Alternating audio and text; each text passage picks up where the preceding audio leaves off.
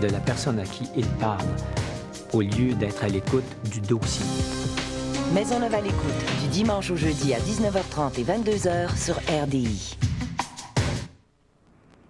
Vous croyez peut-être qu'il est facile de se décrocher un emploi en informatique. Eh bien, c'est pas tout à fait le cas.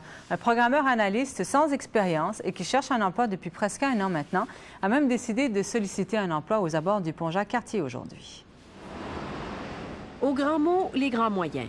Marc Robillard a décidé d'afficher ouvertement qu'il est à la recherche d'un emploi. Les automobilistes arrivant de la Rive-Sud, direction centre-ville, ne pouvaient pas le manquer ce matin. Pas d'expérience, c'est très difficile de percer le marché. Puis un matin, j'ai décidé que ce matin, je le perçais le marché. Il a terminé un cours de programmeur analyste de 13 mois dans un collège privé en août dernier. Depuis ce temps, il a participé à des foires de l'emploi et dit avoir envoyé des dizaines de CV toutes les semaines. C'est bien investir dans nos études comme j'ai fait dans un collège privé. Cependant, on arrive avec 28 000 $ de prêt étudiant. Puis il n'y a pas personne qui veut nous laisser notre chance, fait qu'il faut prendre notre chance, il faut la faire. On ne peut pas du tout dire que c'est un mauvais contexte pour entrer sur le marché du travail pour ceux qui ont un diplôme qui est dûment reconnu.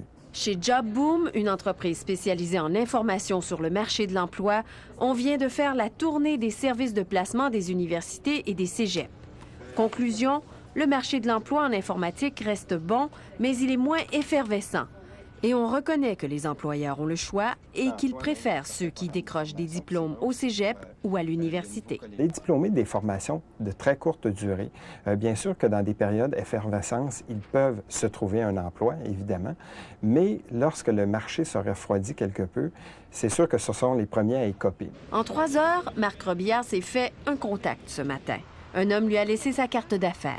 Je fais de 5h30 à 9h à tous les matins jusqu'à temps que j'aie une entrevue et subséquemment un emploi. Anne-Louise Despatie, Radio-Canada, Montréal. La fonction publique québécoise, elle, a besoin